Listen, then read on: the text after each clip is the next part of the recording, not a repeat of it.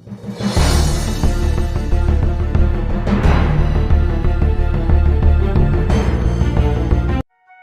हरे हरे, हरे राम राम राम हरे हरे। तो सभी भक्तों का आज की इस कृष्ण कथा में हार्दिक स्वागत। आज श्रीमद् भगवद गीता के प्रथम अध्याय का 5वां श्लोक और 6ठा श्लोक, इस पर चर्चा करने का प्रयास करेंगे। श्लोक नंबर 5 इस प्रकार है। स्वर से गायन करें। दृष्टकेतुश्चेकितानः काशीराजश्च वीर्यवान् पुरुजित् कुन्तिभोजश्च शैब्यश्च नरपुंगवः। आइए अब इसका शब्दार्थ देखते हैं। दृष्टकेतुश्चेकितानः, दृष्टकेतु चेकितानः यानी दृष्टकेतु चेकितान। काशीराजश्च, काशीराजः च तथा काशी के राजा। वीर्यवान अत्यंत शक्तिशाली। दृष्टकेतुश्चेकितानः काशीराजश्च वीर्यवान। अब अगली पंक्ति पे चलते हैं। पुरुजित कुंती भोजश्च यानी पुरुजित और कुंती भोज। शैब्यश्च, शैब्यः च यानी तथा शैब्य। नरपुंगवः यानी मनुष्यों में श्रेष्ठ। पुरुजित कुंती भोजश्च शैब्यश्च नरपुंगवः। तो इस श्लोक का अर्थ हुआ, इनके साथ ही दृष्टकेतु चेकितान शैब्य जैसे मनुष्यों में श्रेष्ठ तथा महान शक्तिशाली योद्धा भी हैं। अब प्रयास करेंगे। श्लोक नंबर 5 इस प्रकार है। दुष्टकेतु चेकितान काशीराजश्च वीर्यवान पुरुजित कुंती भोजश्च शैब्यश्च नरपुंगव। ये श्लोक दुर्योधन बोल रहा है। किसको बोल रहा है? द्रोणाचार्य को। दुर्योधन पहले द्रोणाचार्य को भीम तथा अर्जुन के समान चौथे श्लोक में 3 योद्धाओं के नाम बताए, युयुधान, विराट और द्रौपद। ये 3 ऐसे महारथी हैं जो हमारे युद्ध में हमें बहुत बाधा पहुंचाने वाले हैं, यानी जिसकी वजह से हम युद्ध को सरलता से नहीं जीत सकते। देखिए, दुर्योधन द्रोणाचार्य को श्लोक नंबर 3 से, प्रथम अध्याय का श्लोक नंबर 3 से श्लोक नंबर 11 तक दुर्योधन की कूटनीति का वर्णन है, और जिसमें श्लोक नंबर 4, 5, 6, 3, 4, 5, 6 इसमें दुर्योधन भीम तथा अर्जुन के समान 21 योद्धाओं के नाम द्रोणाचार्य को बताएगा, और ये द्रोणाचार्य सुनेगा। और वो 21 योद्धा कौन है? हमने 3 योद्धाओं के नाम पहले के श्लोक में सुने, युद्धामन्यु यानी सात्यकी, विराट और द्रौपद। अब यहां से चौथे योद्धा के नाम से शुरू हो रहा है। अब यहां सबसे पहले कौन सा नाम ले रहे हैं? दुष्टकेतु चेकितान काशीराजश्च वीर्यवान पुरुजित कुंती भोजश्च शैब्यश्च नरपुंगव। दुर्योधन बता रहे हैं कि देखिए, ये जो योद्धा है ना, ये हमारे विजय पथ में बहुत बड़े बाधक हैं। ये पांडवों की सेना में जो ये महान योद्धा है ना, ये हमारे विजय पथ में बहुत बड़े बाधक हैं। इसलिए आप इनसे सावधान रहना, आप इनसे सतर्क रहना। दुर्योधन की ये निराशा यहाँ साफ साफ दिखाई दे रही है। ये कहावत है ना, दुर्योधन देख करके ही, पांडवों की सेना को देख करके ही डर गया। और ये कहावत भी है, जो डर गया समझो मर गया। और दुर्योधन शुरू में ही उसकी कमजोरी दिखाई दे रही है, जो दुर्योधन के हार के लक्षणों को प्रस्तुत कर रही है। अब दुर्योधन योद्धा नंबर 1 का नाम ले रहे हैं, और योद्धा नंबर 1 है दुष्टद्युम्न, दुष्टकेतु। दुष्टकेतु कौन है? दुष्टकेतु सूर्यवंशी राजाओं में से एक है। जैसे कृष्ण, पांडव, कौरव ये चंद्रवंशी राजाओं में, ऐसे दुष्टकेतु जो है वो सूर्यवंशी राजाओं में है। जैसे राम सूर्यवंशी राजा थे। देखिए, क्षत्रिय जो होते हैं ना, चंद्रवंशी या सूर्यवंशी होते हैं। राम सूर्यवंशी थे, और उसी वंश में केकई देश का राजा था ये दुष्टकेतु। ये दुष्टकेतु कौन था? ये शिशुपाल का पुत्र था, जिसके पिता को यानी शिशुपाल को भगवान श्री कृष्ण ने स्वयं मारा था। और भगवान जिसको मारते हैं ना, वो मारते नहीं, तारते हैं। शिशुपाल का उद्धार, ऐसा नाम है भागवत, यानी उनका उद्धार किया था। ये दुष्टकेतु जो है वो उसी शिशुपाल का बेटा है। वो शिशुपाल जो द्वेष और ईर्ष्या का मूर्तिमान स्वरूप है, जो कृष्ण से यानी भगवान से द्वेष करता था, ईर्ष्या करता था, उनको बार बार गाली देकर के चला जाता था। परंतु क्योंकि कृष्ण ने अपनी बुआ को वचन दिया था कि इसके 100 अपराध मैं माफ कर दूंगा, पर जब 101 अपराध करेगा तब मैं इसका वध करूंगा। और उस शिशुपाल का बेटा ये दुष्टकेतु ये जानता था कि मेरे पिता में ये लक्षण, ये जो गुण नहीं अवगुण है, ये अवगुणों के कारण मेरे पिताजी कृष्ण से द्वेष कर रहे हैं, और इसलिए उसने अपनी संपूर्ण शरणागति कृष्ण के प्रति की थी, और इसलिए वो पांडवों के पक्ष में था। और अंत में ऐसे वर्णन आता है, इस दुष्टकेतु का वध द्रोणाचार्य के द्वारा हुआ था। और उसके बाद दूसरा नाम ले रहे हैं चेकितान। अब चेकितान कौन है? चेकितान जो है वो एक यदुवंशी है। यदुवंशी होने के कारण कृष्ण के जैसे उसमें गुण, ऐश्वर्य, बल सब कुछ है, और वो महान योद्धा है। और ये दुष्टकेतु और चेकितान दोनों ने पांडव सेना में लड़ने का निर्णय किया कि हम पांडव के पक्ष में लड़ेंगे।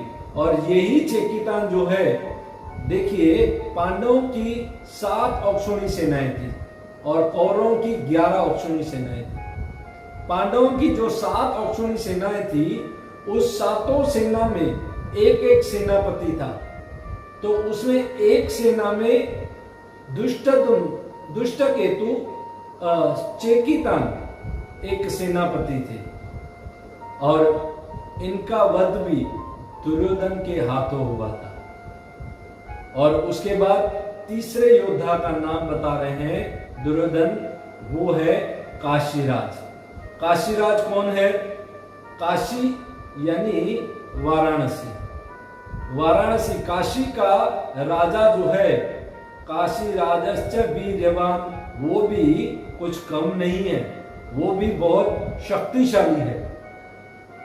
और ये उस समय की बात है कि जिस समय काशी की कन्याएं हस्तिनापुर में विवाह के लिए भेजी जाती थी, यानी काशी में जो कन्याएं थी वो हस्तिनापुर में विवाह के लिए पांडव वंश में भेजी जाती थी।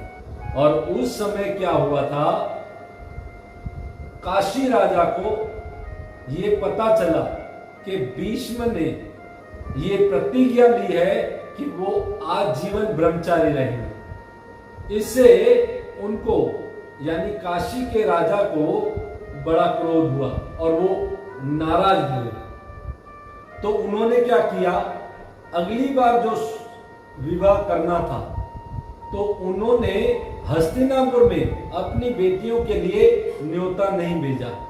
उन्होंने एक स्वयंवर रखा और उस स्वयंवर में उनकी 3 बेटियां थी, अंबा, अंबिका और अंबालिका, और इन तीनों का स्वयंवर में विवाह करने का प्रस्ताव रखा। उस समय हस्तिनापुर को न्योता नहीं मिला और हस्तिनापुर में उस समय विचित्रवीर्य राजा थे और विचित्रवीर्य जो थे वो उस समय कमजोर थे, इसलिए वो उस काशी के राजा के पास आकर के उनका सामना नहीं कर पाते। इसलिए भीष्म पितामह उस काशी के राजा के पास, उस काशी की जो सभा थी जहां स्वयंवर हो रहा था, वहां पर पहुंचे और वहां पर सिंह के समान गर्जना की। एक ही बाण से उन्होंने जितने भी राजा बैठे थे उन सब के मुकुट, उन सब के ताज उड़ा दिए और तीनों कन्याओं को, अंबा, अंबिका और अंबालिका, इन तीनों को वहां से लेकर के चल पड़े। भीष्म पितामह इतने शक्तिशाली थे, कहा जाता है कि 25,000 अर्जुन अगर एक हो जाए तो बराबर एक भीष्म पितामह। भीष्म पितामह उन सब राजाओं को चैलेंज करके तीनों कन्याओं को लेकर के वहां से निकल पड़े, परंतु हुआ क्या, वहां पर शल्य ने उनका सामना किया, क्योंकि शल्य जो था वो अंबा से प्रेम करता था और उस समय सिर्फ धनुष की टंकार से उन्होंने उस शल्य को हवा में उड़ा दिया। किसने? भीष्म पितामह ने। तो उसी भीष्म पितामह से बदला लेने के लिए भीष्म पिता के सामने ये काशीराज जो था वो पांडवों की सेना में युद्ध में खड़ा था। तो यहां पर दुर्योधन उस काशीराज का भी वर्णन करते हैं। और उसके बाद पुरुजित, पुरुजित का जो कि इतना बहुत ज्यादा वर्णन नहीं है, पर पुरुजित जैसे राजाओं को देख करके भी दुर्योधन जो था वो हमेशा टेंशन में आ गया। वो उस समय पुरुजित को देख करके भी टेंशन में आ गया था। देखिए, जब समय अच्छा नहीं होता है ना तो हर बात में व्यक्ति को टेंशन आ जाता है, और यहाँ पर हम देखते हैं दुर्योधन का समय अच्छा नहीं था। उसके बाद कुंती भोज का वर्णन कर रहे हैं। दुर्योधन जो है वो कुंती भोज का वर्णन कर रहे हैं। कुंती भोज कौन था? कुंती भोज और शूरसेन दोनों आपस में मित्र थे, बड़े अच्छे मित्र थे। और शूरसेन के 2 संतानें हुई, एक हुआ वसुदेव और एक हुई कुंती। यानी कुंती का पहले जो नाम था वो था पृथा, और कुंती भोज जो उसके मित्र थे उसको संतान नहीं हुई। इसलिए जो शूरसेन थे उन्होंने अपनी कन्या पृथा वो कुंती भोज को दे दी और उसको कहा कि ये कन्या अब तुम्हारी है, तुम इसका नाम रखो। इसलिए कुंती भोज ने उसका नाम रखा कुंती। ये कुंती आगे चल करके पांडवों की माता हुई, कुंती महारानी, भागवत में वर्णन आता।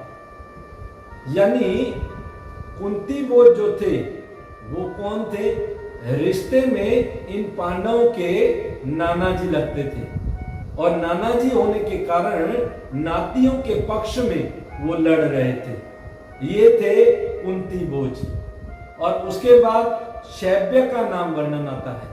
और शैब्य कौन थे?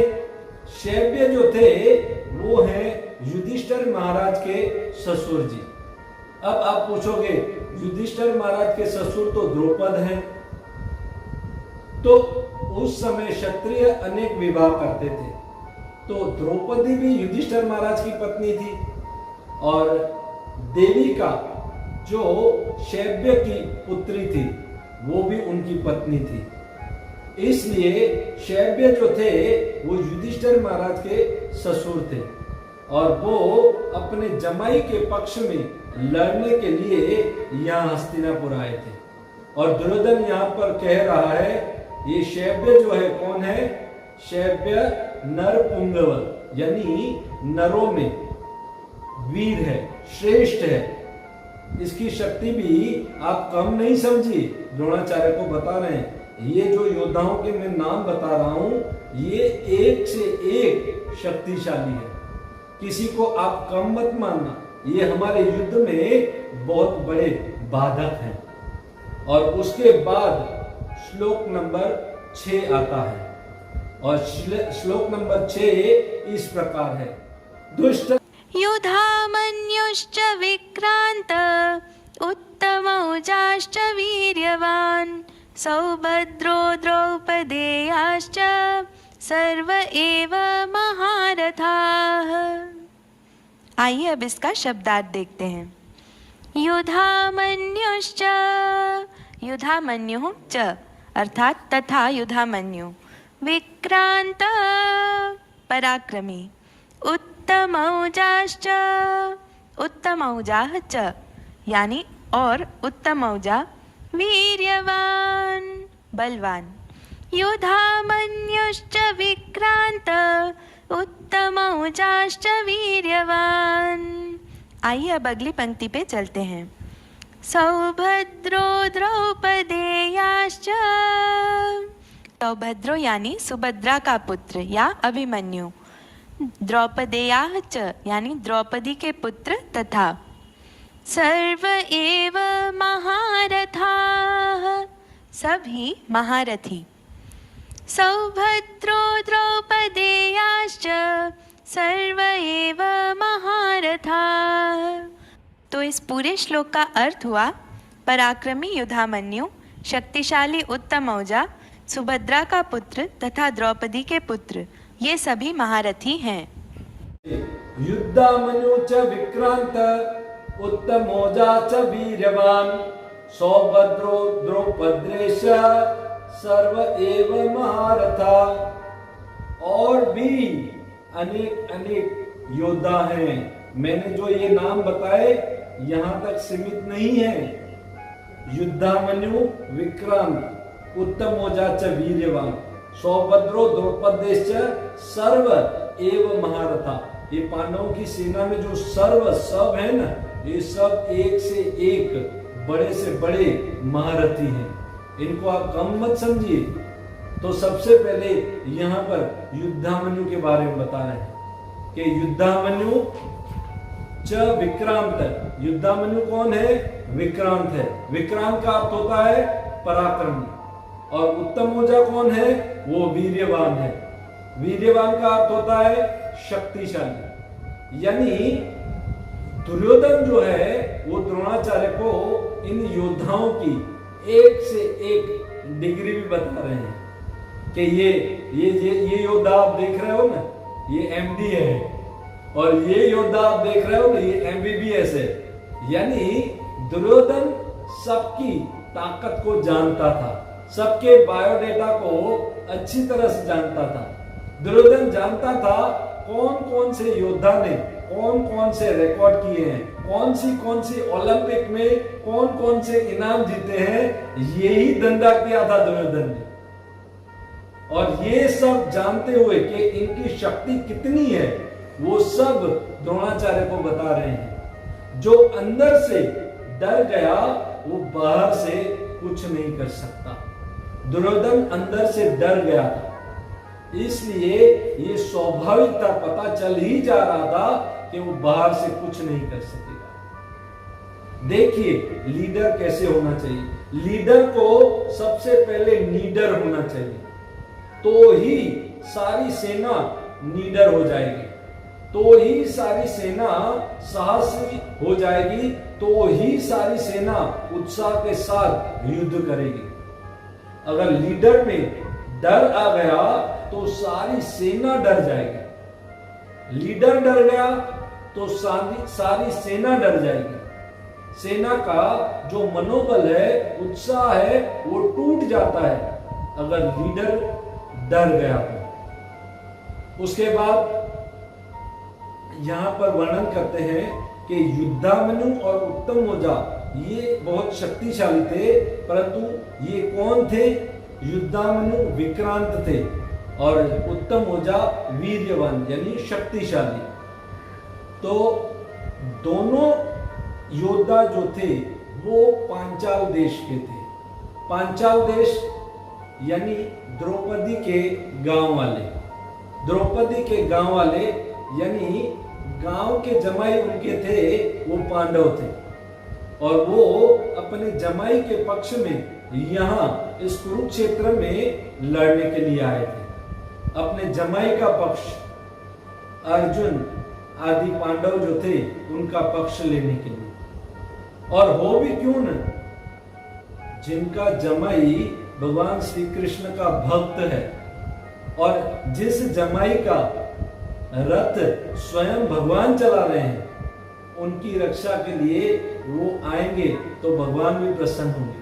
देखिए भगवान कहते हैं ना कि मेरी डायरेक्ट सेवा कोई करता है ना तो मैं इतना प्रसन्न नहीं होता हूं, परंतु जो मेरे भक्त की सेवा करता है तो मैं ज्यादा प्रसन्न होता हूं।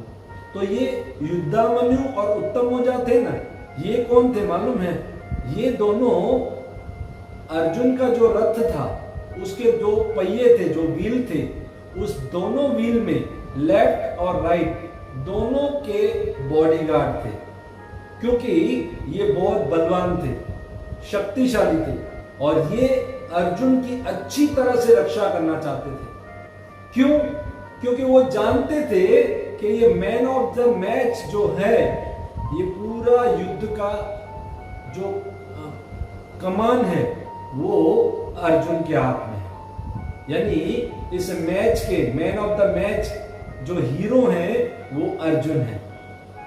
वास्तव में मेन हीरो तो कृष्ण है, पर कृष्ण क्योंकि अपने भक्तों को हमेशा यश देना चाहते हैं, कार्य सब उन्हीं की अध्यक्षता में होता है, परंतु वे अपने भक्तों को यश देना चाहते हैं। जैसे भगवान श्री राम ने लंका पर चढ़ाई की और रावण का वध किया, परंतु वो लंका उन्होंने नहीं ली, उन्होंने लंका पर राजा बनाया विभीषण को, वहां उनको यश दिया। जैसे बाली पर विजय प्राप्त की राम ने, परंतु वो राज्य दे दिया किसको? सुग्रीव को। जैसे जरासंध था, जरासंध को अभी वध किया, कृष्ण की डायरेक्शन से हुआ उनका वध, पर ये यश जो था उन्होंने किसको दिया? भीम को। ऐसे ही यहां पर भगवान अर्जुन से सारा कार्य करा करके अर्जुन को यश देना चाहते हैं। तो यहाँ पर ये युद्धामन्यु और उत्तमौजा जो हैं, ये दोनों जो हैं वो कौन है? अर्जुन के रथ के जो व्हील हैं, दोनों के लेफ्ट राइट बॉडीगार्ड। तो वो भी उनके गांव, द्रौपदी के गांव के अपने जमाई की सेवा करने के लिए इस युद्ध के मैदान में आए हैं। ये दुर्योधन बता रहा है द्रोणाचार्य को। और उसके बाद सौभद्रो, सौभद्रो यानी कौन? यानी अभिमन्यु। ये सौभद्रो यानी सुभद्रा, सुभद्रा कौन थी? वो कृष्ण की बहन थी और अर्जुन की पत्नी थी। और अभिमन्यु कृष्ण का भांजा था, यानी सुभद्रा का बेटा, सुभद्रा का पुत्र। और ये अभिमन्यु जो था, जब सुभद्रा के गर्भ में था और अर्जुन युद्ध की जो बातें, शिक्षाएं सुभद्रा को बताते थे, वो उन्होंने पेट में ही सीख ली थी। जैसे चक्रव्यूह के बारे में एक बार अर्जुन सुभद्रा को बता रहे थे और सुभद्रा सुन रही थी, और गर्भ में ये अभिमन्यु भी चक्रव्यूह की रचना को सुन रहा था कि इस चक्रव्यूह की रचना कैसे होती है और उसमें अंदर कैसे जाया जाता है। तो ये जब सुन रहा था उस समय सुभद्रा को नींद आ गई और उस चक्रव्यूह में जाने की आइडिया तो अभिमन्यु को मिल गई, पर बाहर आने की आइडिया उसको नहीं मिली। और हुआ यूं कि एक बार उस युद्ध के मैदान में द्रोणाचार्य ने और भीष्म ने चक्रव्यूह की रचना की। ऐसा चक्रव्यूह कि कोई योद्धा एक बार उस चक्रव्यूह में आ जाए तो वो बाहर नहीं निकल सकता, यानी वो मरकर ही बाहर निकल सकता है। और जैसे ही उस चक्रव्यूह की रचना की तो क्योंकि अभिमन्यु जानते थे, शक्तिशाली थे, शेर का बच्चा भी शेर होता है ना, जैसे शेर का बच्चा भी जंगल में आराम से उत्साह से घुस जाता है ना, ऐसे अभिमन्यु उस चक्रव्यूह के अंदर आसानी से घुसते गए और बड़े बड़े योद्धा थे उनसे युद्ध किया। उनके जो शस्त्र के गुरु थे वो सात्यकी यानी युयुधान थे, और उनको अर्जुन ने भी ट्रेनिंग दी थी और कृष्ण ने भी ट्रेनिंग दी थी। और उसी अभिमन्यु के पुत्र का नाम था परीक्षित, और परीक्षित को माध्यम बना करके ही भगवान ने इस धरती पर हमें भागवत दिया। जैसे अर्जुन को माध्यम बनाकर भगवान श्री कृष्ण ने हमें भगवत गीता दी, ऐसे अभिमन्यु के पुत्र परीक्षित को माध्यम बनाकर हमें भागवत दिया। तो ये अभिमन्यु जो थे वो इतने शक्तिशाली थे कि उस चक्रव्यूह के अंदर अकेले घुस गए, और अंदर बड़े बड़े योद्धा थे जैसे द्रोण, कृपाचार्य, कर्ण, अश्वत्थामा, बृहदल, कृतवर्मा, इन सब से वो अकेले लड़ रहे थे। वो अकेले इन सब पर भारी पड़ रहे थे, इतनी ट्रेनिंग उसको दी गई थी। पर हुआ क्या कि उन्होंने 6 महारथियों ने मिल करके अकेले अभिमन्यु पर आक्रमण किया, और दुशासन ने उसको सर पर गदा मारी।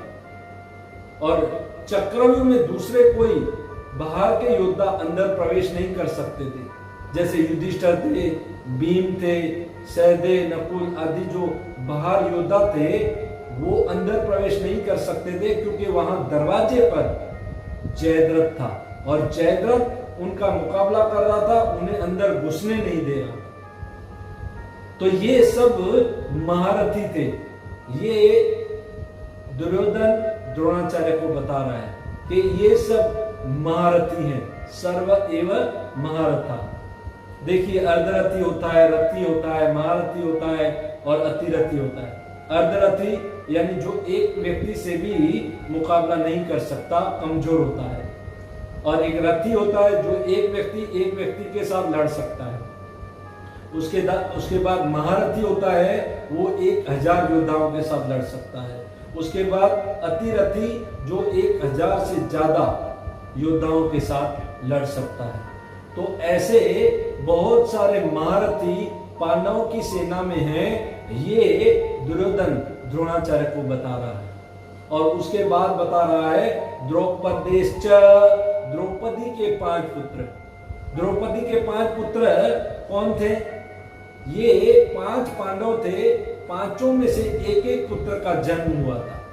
यानी युधिष्ठिर का पुत्र था वो था प्रतिविंध्य, भीम का पुत्र था सूतसोम, अर्जुन का पुत्र था सूतकर्मा, और नकुल का पुत्र था शतनी, सहदेव का पुत्र था सूतसेन।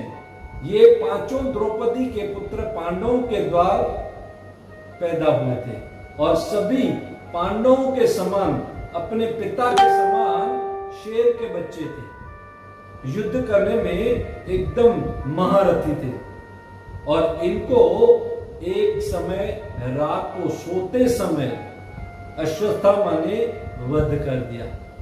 अश्वत्थामा ने इनको सोते समय रात को मारा था। और ये युद्धामन्यु और उत्तम ओजा है ना, इनको भी सोते समय मारा गया था। यानी कहने का भाव कि उस सेना में बहुत बड़े बड़े योद्धा थे, ये दुर्योधन द्रोणाचार्य को बता रहा है। अब प्रश्न ये उठता है कि इन श्लोकों में 4, 5, 6 हमने पांडवों की सेना के योद्धाओं के नाम सुने, तो कोई ये प्रश्न कर सकता है, जैसे कोई भक्त होगा तो ये प्रश्न करेगा कि इन श्लोकों में कोई भक्ति तो है नहीं, फिर हम इन श्लोकों को क्यों पढ़ें, हम इन सेना के नायकों के नाम क्यों लें, क्योंकि हम तो पूरा दिन कृष्ण का नाम लेते हैं, हरे कृष्ण कृष्ण कृष्ण हरे हरे, हरे राम राम राम हरे हरे। तो हम कृष्ण का नाम लेते हैं, तो इन सब नामों को लेने की हमारे जीवन में जरूरत क्या है, इनको जानने की जरूरत क्या है? तो इसका उत्तर आचार्य देते हैं कि निर्बंध कृष्ण संबंधी, क्योंकि इन सब का संबंध कृष्ण कथा से है, कृष्ण से है, इसलिए वो कृष्णमय बन गए और दिव्य बन गए। जो वस्तु कृष्ण के साथ जुड़ती है, कृष्ण कथा के साथ जुड़ती है, कृष्ण नाम के साथ जुड़ती है, कृष्ण के विग्रह के साथ जुड़ती है, वो वस्तु दिव्य बन जाती है। निर्बंध कृष्ण संबंधी, कृष्ण के साथ संबंध स्थापित होने की वजह से वो वस्तु दिव्य बन जाती है, और इसलिए इनका वर्णन यहाँ पर हुआ है। और हमें भगवद गीता के एक एक श्लोक को ऐसे ही समझने का प्रयास करना है। अब दुर्योधन ने देखा कि मैंने कुछ ज्यादा बोल दिया, लगता है मेरी अपनी सेना ये सुनकर के डर गई और कमजोर पड़ जाएगी, इसलिए उनको आश्वासन देने के लिए और द्रोणाचार्य को आश्वासन देने के लिए अगले श्लोकों में वो अपनी सेना का वर्णन करेंगे कि हमारी सेना में भी कुछ कम नहीं है। तो श्लोक यहाँ पर पूर्ण, और आगे के श्लोक को हम अगले एपिसोड में समझने का प्रयास करेंगे। बहुत बहुत धन्यवाद। हरे कृष्ण। श्रील प्रभुपाद।